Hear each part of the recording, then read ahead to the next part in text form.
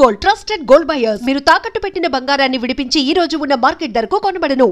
ప్రతి ఒక్కడికి నేనే సక్సెస్ అయినా బ్రో, నా దగ్గర టాలెంట్ లేదు, నేను జెన్యూన్గా ఒప్పుకున్నా, నా దగ్గర ఏ టాలెంట్ లేదు, మాట్లాడతా అంతే, ఏది హార్ట్ఫుల్గా మాట్లాడతా, ఏది అనిపిస్తే అది మాట్లాడతా. టాలెంట్ లేని నేనే పెద్దగా చదివాను కూడా కాదు, ఓకే ఏదో వచ్చాయి. అలాంటి పర్సన్ నేనే సక్సెస్ అయిపోయి నా లైఫ్ మా ఫ్యామిలీ లైఫ్ మార్చేస్తే ఎంతోమంది బీభత్సమైన టాలెంట్ ఉంటుంది, వాళ్ళు ఎందుకు చచ్చిపోవాలా, వాళ్ళు ఎందుకు సూసైడ్ చేసుకోవాలి, నాకు అర్థం కాలే. నువ్వు వెయిట్ చేయి. బిగ్ బాస్ తుప్పాస్ బిగ్ బాస్ చాలా మంది ఆ షోని తిట్టుకుంటూ ఉంటారు, ఇప్పుడు తెలియదు ఉంది అది ఒక షోనా అంటారు. ఇన్ని చెప్తుంటే ఆ షో ఒక లైఫ్ మార్చింది, ఒక ఫ్యామిలీ లైఫ్ మార్చింది, మా తరాన్ని మార్చింది. ఇక్కడ నుంచి మా తరం స్టార్ట్ అయిపోద్ది, మా ఒక జనరేషన్ మార్చినట్టే. దాంతోపాటు నా చుట్టూ ఉండే ఒక 20 మంది బతుకుతున్నారు.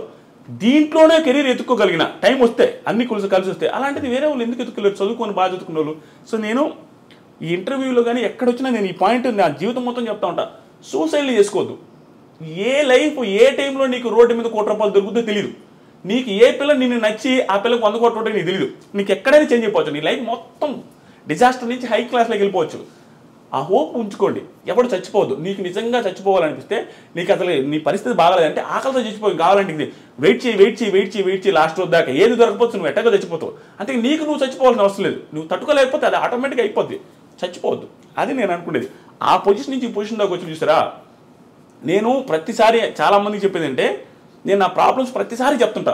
ఎందుకు తెలుసా, నాకు ఇప్పుడు ప్రాబ్లం ఉంది నేను చెప్పట్లా. నేను డైరెక్ట్గా చెప్పే కదా 33 లక్షలు ఒక నెలలో వచ్చినాయి. నాకు ప్రాబ్లం లేవు, సింపతి కాదు ఇది. నాకు ఒకప్పుడు ప్రాబ్లమ్స్ ఉన్నాయి, ఇప్పుడు లేవని చెప్తున్నా. ఇది ఇన్స్పిరేషన్గా ఉంటుంది, జనాలు చూసేవాళ్ళకి అనే ఉద్దేశంతో చెప్తుంటా. ఎందుకంటే చూసేవాడికి ఒకటి, మరి వాడి పొజిషన్ ఆ రోజు ఇంత బ్యాడ్ అంటారా, మంది అంత బ్యాడ్ కూడా లేదు. ఇప్పుడు ఆడి లైఫే మారింది, మన లైఫ్ ఎందుకు మారదురా, ఎందుకు మనం చచ్చిపోవాలనే ఆ హోప్ రావాలి జనాలలో. సూసైడ్ చేసుకునే అంత ఎదవలు లేరు. మా అమ్మని ఇప్పటికీ మా ఊర్లో తిడతారు, ఎదవగాపోతే ఆ రోజు సూసైడ్ ఆ పిల్ల ఆ ఎదవగాపోతే అటు చచ్చిపోకుండా ఈ రోజు బంగారం ఉండి కదనే ఆవేశపడి ఆ పిల్ల అటు చేసుకుంది కానీ మా అమ్మల్ని తిట్టా ఉంటారు అందరూ. అంతే కదా, చాలా ఇది బ్రో ఇవన్నీ. కానీ పర్ఫెక్ట్ ఎగ్జాంపుల్, 28 సంవత్సరాలకి ఒక రూట్ ఎంచుకుని సక్సెస్ అవ్వడం అంటే చిన్న విషయం కాదు. కానీ ఇన్ని రూట్స్ ఉండగా, అంటే రివ్యూస్ చెప్పాలి అని థాట్ వస్తే సినిమాల మీద చెప్పొచ్చు, పొలిటికల్గా చెప్పొచ్చు. అప్పటికి పొలిటికల్ రివ్యూస్, సినిమా రివ్యూస్ ఇవన్నీ ఇండస్ట్రీలో ఉన్నాయి.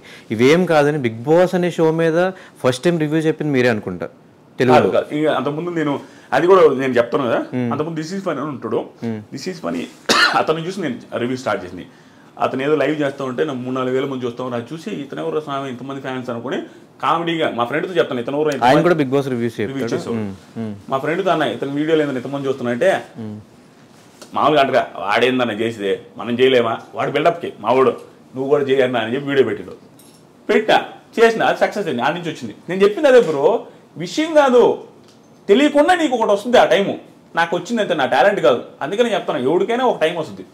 సో బిగ్ బాస్ రివ్యూస్ ఎందుకు చేసిన అంటే, నేను ఫస్ట్ యూట్యూబ్ ఛానల్ పెట్టి స్టార్ట్ చేసిన రైతుల గురించి వీడియోలు, రైతుల లాసులు కష్టాలు ఏంది, మీరేమో రైతులు అంటుంటే మీరు శ్రీరెడ్డి ఆవిడ వీడియోలు ఎక్కువ వేసుకుంటున్నారు, ఇంటర్వ్యూలు ఆవిడే వస్తున్నాయి, అప్పుడు ఫేమస్ ఆవిడ, ప్రతి ఒక్కటి కాంట్రవర్షియల్ భలే ఉండేది వ్యూస్. అట్లా ఉన్నారు, రైతులు ఊరు పట్టించుకోలేదని ఆ వీడియోలు చేస్తే ఊరు చూసేదిలే, బిగ్ బాస్ గురించి చూడకుండా అందరూ చూసారు. ఇంకా అందుకని బిగ్ బాస్ చేస్తాం. ఇప్పుడు ఏది వస్తే అదే చేస్తాం, డబ్బులు వస్తే ఏం తెలియదు. తర్వాత వచ్చినాయి 70,000 వచ్చినాయి, నెక్స్ట్ ఇయర్ 1,80,000 వచ్చినాయి, ఆ తర్వాత ఇంకొంచెం ఎక్కువ వచ్చింది, ఆ తర్వాత ఇంకొక ఎక్కువ వచ్చింది, తర్వాత బిగ్ బాస్కి వెళ్ళాం, తర్వాత ఇక్కడ దాకా వచ్చాం. ఆ టైంలో రైతులకి సపోర్ట్గా వీడియోస్ చేసి ఈరోజు రైతు బిడ్డకి సపోర్ట్ చేసావు బ్రో. అట్లేం కాదు బ్రో, అట్లే అనుకోవచ్చేమో. కానీ రైతు బిడ్డకి సపోర్ట్ అంటే బ్రో ఒక్కటి చెప్తా, రైతు బిడ్డ అయినా ఇంకొకరి బిడ్డ అయినా డాక్టర్ అయినా ఎవరైనా ఆడితేనే సపోర్ట్ చేస్తారు జనాలు తంగలు కాదు, ఖచ్చితంగా ఆట ఏదో పాయింట్లో నచ్చితేనే సపోర్ట్ చేస్తారు. నచ్చకుండా అసలు ఓటు వేయాలంటే హాట్స్టార్ ఓపెన్ చేసి ఎవరికి ఓపిక ఉండదు. నేను మాత్రం నాకు అనిపించిందే చెప్తా, నాకు అనిపించినట్టు నాకు నిజంగా జెన్యూన్గా ప్రశాంత్ నాలాగే నాకేమనిపించిందంటే, ఒక నార్మల్ పర్సన్ వెళ్ళి అక్కడ ఆడడం చాలా కష్టం బ్రో. నువ్వు కూడా ఫ్యూచర్లో ఎప్పుడో కూడా వెళ్తామని అనుకుంటున్నా, వెళ్ళినప్పుడు చూస్తావు చాలా భయంకరమైన టఫ్ సిచ్యువేషన్స్ వస్తాయి అక్కడ. తెలియకుండా ఈజీగా అనిపిస్తుంది, అమ్మాయి ఏంద్రా ఫుడ్ ఉండదు, నిద్ర ఉండదు, ఆడల ముందు గుడ్లు మార్చుకోవాలా, ఇవన్నీ చాలా ఇబ్బంది. ఏంది బ్రో పొల్లు అనుకుంటుంది ఆడల ముందు, ఎంత గలీజ్గా ఉంటుంది. అమ్మాయిలు అందరూ అందంగా ఉండే వాళ్ళు ఉంటారు, ఈడ వాళ్ళ ముందు పొల్లు అనుకుంటా ఉండాలి. అది చూడడానికి గలీజ్గా ఉంటుంది, ఏడంతా కారుకుంటా ఆ పొల్లు కూడా వాళ్ళ ముందు టవల్స్ కట్టుకోవడం చాలా ఇబ్బంది. అలాంటి సిచ్యువేషన్స్ని ఒక నార్మల్ పల్లెటూరు నుంచి వచ్చిన ట్యాకిల్ చేయడం చాలా కష్టం. నన్ను ప్రశాంత్లో చూసుకున్నాను, ప్రశాంత్ కూడా అదే సిచ్యువేషన్ ఉన్నది, చాలా ఇన్ఫీరియారిటీ ఉంటుంది, తెలియకుండా వీళ్ళందరూ క్లాస్కి ఉన్నారని. ఆ సిచ్యువేషన్ నుంచి ఏ టాస్క్ బ్రో నువ్వే చెప్పు, జెన్యూన్గా చెప్పు, ప్రశాంత్ ఏ టాస్క్ ఆడలేదు చెప్పు, ఆడలేదా? టాస్క్లు ఆడాడు. తర్వాత ఏదో ఒక రకంగా తెలియకుండా ఇంప్రెసివ్ అనిపించలేదు ఏదో టైంలో. ఇంత అనుకోలేదే, ఇది ఇంత ఉందా, పర్లేదు మనం అనుకున్న దానికంటే. ప్రతి ఒక్కరు సర్ప్రైజ్ ఫీల్ అయి ఉంటారు. ప్రశాంత్ పర్వ ఏదో ఒక టైంలో సర్ప్రైజ్ ఫీల్ ఉంటారు. మరి ఇంకంతకంటే ఏం కావాలి బ్రో? ఇప్పుడు పర్సన్ అసలు ఎప్పుడైనా అనుకుంటాడు ప్రశాంత్ని ఏం పీకలేడు, ఏదో అనవసరంగా వాడికి ఇచ్చాడు అంటే వాడనందుకు ఫీల్ అవుతుంది వచ్చేసి. జనాలు అనుకునేది అనవసరంగా ఈ పిల్లడికి ఇచ్చారే, ఏం చేసేది అనవసరంగా ఇచ్చారని అందరూ ఫీల్ అయి ఉంటారు స్టార్టింగ్లో. కానీ ఆ అనుకున్న వాళ్ళే ఒక టైంలో సర్ప్రైజ్ ఉంటారు మనోడి పర్ఫార్మెన్స్ చూసి. నాకు అలా నచ్చేది సపోర్ట్ చేశారు. సపోర్ట్ అంటే రోజు ఏం చేయలేదు, కానీ రివ్యూవర్స్ వల్ల జనాలు ఇన్ఫ్లుయెన్స్ అవుతున్నారు. రివ్యూవర్స్ హౌస్లో ఉన్నంత వరకు ఒకలా చెప్పిన తర్వాత బయటకు వచ్చాక వాళ్ళ బిహేవియర్ చేంజ్ అయినప్పుడు ఖచ్చితంగా రివ్యూవర్స్ అనే ఛాన్సెస్ ఉంటాయి కదా. ఉంటాయి. కానీ రివ్యూస్ అంటే ఏంది, మేము రివ్యూ చేసింది బిగ్ బాస్ షోని. సో మాకేం అవసరం బిగ్ బాస్ షో. ఇప్పుడు నా పక్కింటోడు 4 మర్డర్లు చేసిన బిగ్ బాస్కి వెళ్ళినా, మా ఇంట్లో వాళ్ళనే మర్డర్ చేస్తున్నా కూడా అంటే నేను బిగ్ బాస్ హౌస్కి పోతే వాడు బాగా ఆడితే సపోర్ట్ చేస్తా. వచ్చిన తర్వాత వాడు ఎలా ఉండో, వెళ్ళక ముందు ఎలా ఉండో నాకు సంబంధం లేదు. నాకే కదా ఏ రివ్యూర్ సంబంధం. షోలో ఎలా ఉంది అలా. షోలో ప్రశాంత్ బాగా ఆడాడు, శివాజీ గారు బాగా ఆడారు, పొగడతాం. ఇంకొకరు బాగా ఆడలేదు విమర్శిస్తాం అంటే ఏమి బీభత్సం ఏం కదా, అందరే చెప్తాం ఈరోజు బాగా లేదంటే బాగా లేదని చెప్తాం. సో స్టిల్ జనాలు మమ్మల్ని కూడా జడ్జ్ చేస్తారు. ఈడేం పెద్ద పుడింగ్ అంటే నేను ఆల్రెడీ ఏం పుడింగా, నేను ఒకరు బాగా ఆడలేదంటే వాడు నన్ను తిడతారు చూసి జనం. అది మేము యాక్సెప్ట్ చేస్తాం. ఎందుకంటే నార్మలే, మేము క్రిటిసైజ్ చేసినప్పుడు నన్ను క్రిటిసైజ్ చేయలేరా, యాక్సెప్ట్ చేస్తాను. అంటే ప్రాపర్గా రివ్యూ చేయగలిగితే బయటకు వచ్చాక బిహేవియర్ కూడా ముందే ఆడియన్స్కి అట్లా ఎక్కించి ఉంచుంటే అయిపోయేది కదా. ట్రూ బ్రో, చెప్తామనండి, అది గేమ్ షో బ్రో. నేను జెన్యూన్గా చెప్తున్నా. అక్కడ సిచ్యువేషన్స్లో నువ్వు ఎలా ఉండాలో అలా ఉండాలా.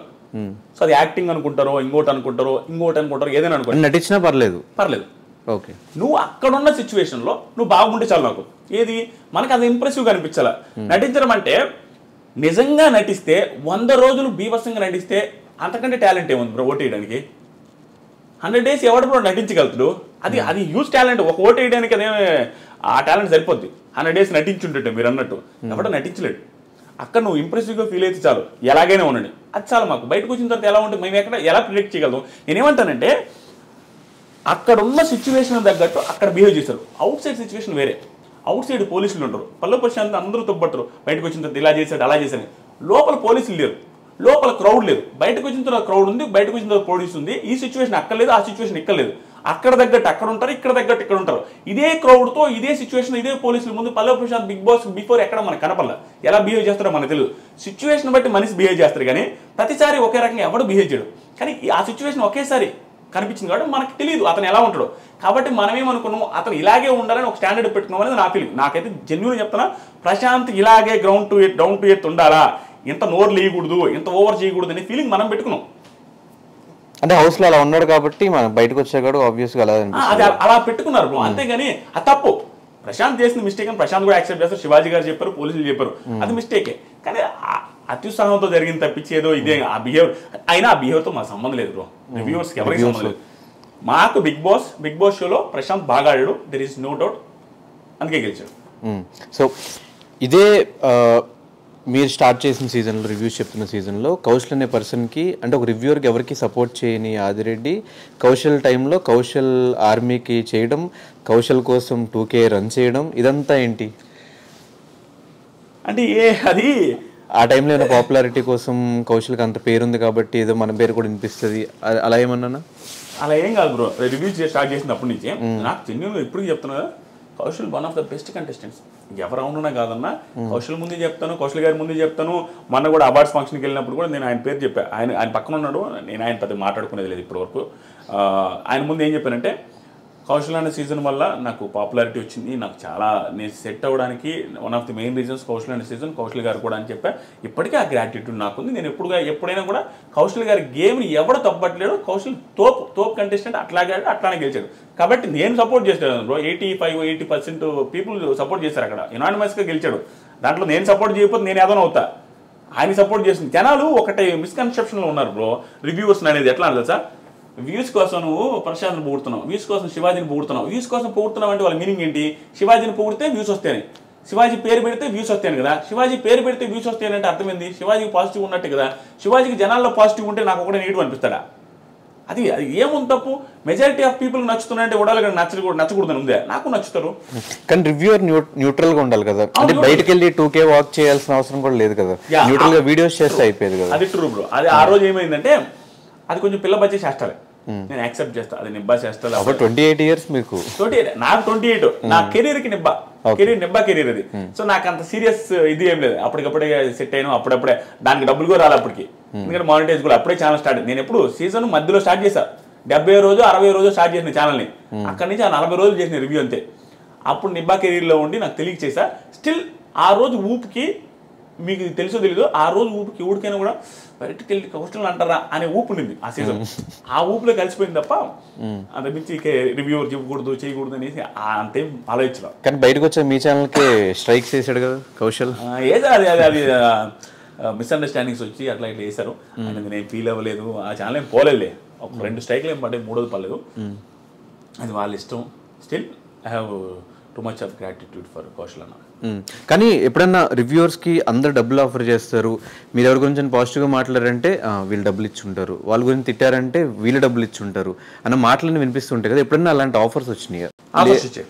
ఆఫర్స్ వచ్చాయి నేను అసలు కేర్ చేయను బ్రో, ఎందుకంటే జెన్యూన్గా నీకు కూడా తెలిసిన బిహేవియర్, నేను అసలు డబ్బులు లెక్కే చేయను. నేనే 10 మందికి ఇస్తుంటాను, నాకు ఒకడు ఇస్తానంటే ఇప్పుడు ఒకడికి ఇగో హట్ అవుతా బ్రో, ఒకటి 10 మందికి హెల్ప్ చేసి 10 మందికి డబ్బులు లెక్క చేయనోడు వాడు వచ్చి నాకు ఇస్తానని నాకు కాలదా, ఎవరికైనా కాలదే, ఈడే నాకు ఇచ్చేదని. నేను అట్లా చాలా ఒక 2-3 చెప్పి నేనే నీకు ఇస్తానన్నది కూడా ఉంది, అంటే కాలద్ది ఈడ, అంటే డబ్బులు ఇస్తే అంత చీప్గా కనపడుతున్నాం మనం అని. ఎందుకంటే ఎవరు డబ్బులు ఇస్తే మనం ఎన్ని రోజులను పొగుడుతాం బ్రో, అక్కడ విషయం లేకుండా పొగిడితే నీ ఫ్యూచర్ నీ